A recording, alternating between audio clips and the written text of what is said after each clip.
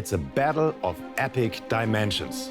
It's the fight for your subscription. Its name, the streaming wars.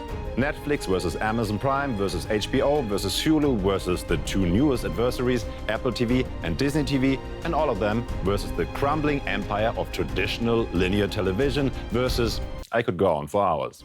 Why should you care? Well, whoever wins could dictate the cost and the kind of content you get. Plus, there's a dark side to streaming you might not be aware of. 1, 2, 3, 4. The term streaming wars has been being used by media outlets around the world for some time now. Sounds a bit bloodthirsty, but it's no exaggeration.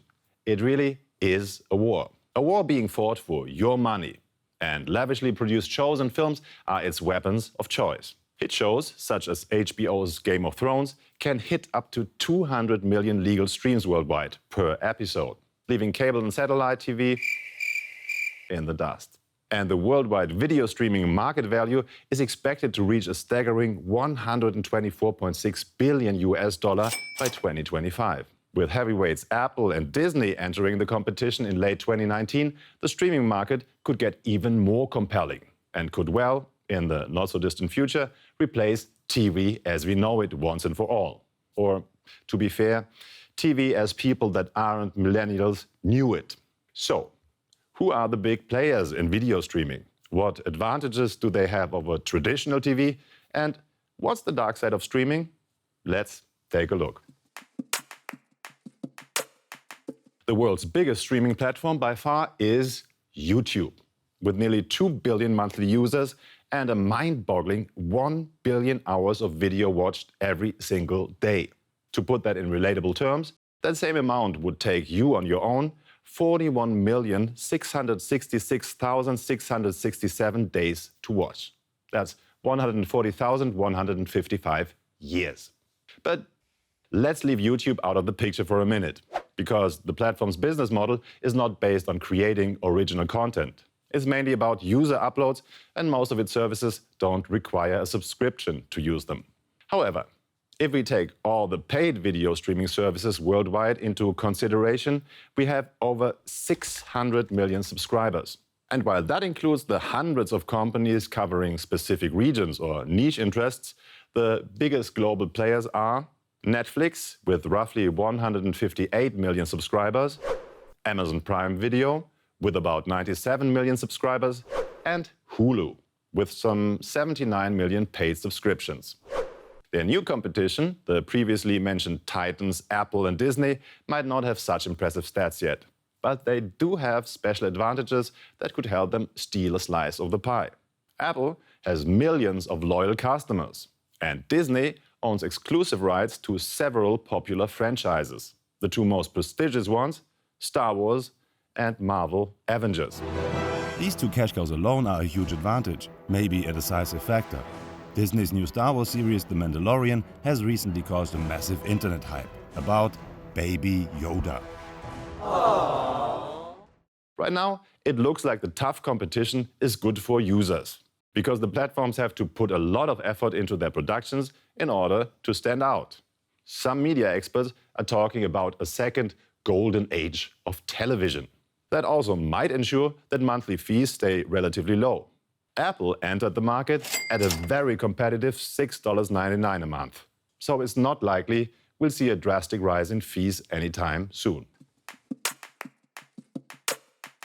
The most obvious one. Streaming services allow users to watch whatever they like, whenever they like, and on a wide variety of digital devices.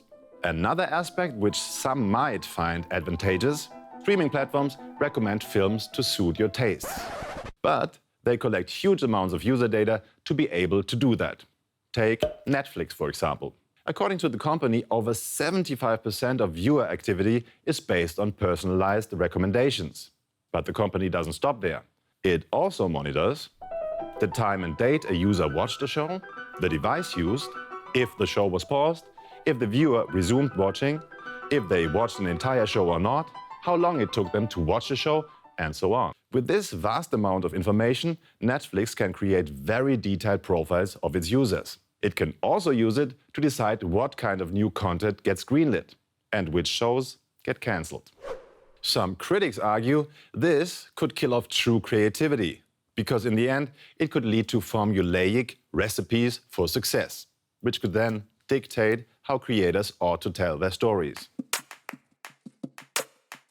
Apart from being very convenient, video streaming also makes a lot of things obsolete.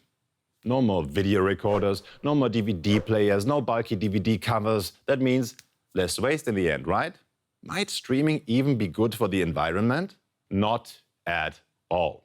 Streaming or downloading movies actually consumes a whole lot of energy. About 4% of all CO2 emissions can be attributed to global data transfer. That's more than the aviation, which produces about 2.5% worldwide.